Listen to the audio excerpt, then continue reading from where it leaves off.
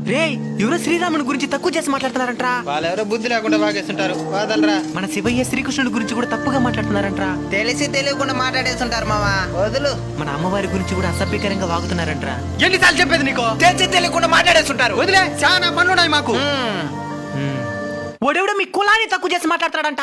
ఎవరు ఓటా? మా కుల గురించి తప్పుగా మాట్లాడతాడా? ఎంత ధైర్యం ఓడికి? అడ్రస్ పెట్టు. అడ్రస్ పెట్టు. అడ్రస్ పెట్టు. బంగ్లాదేశ్. ఏరా కులానికిచ్చే విలువ కూడా లేదరా దైవానికి. బంగ్లాదేశ్ లో హిందువుల పరిస్థితి చూసి కూడా ఇంకా బుద్ధి రాలేదా?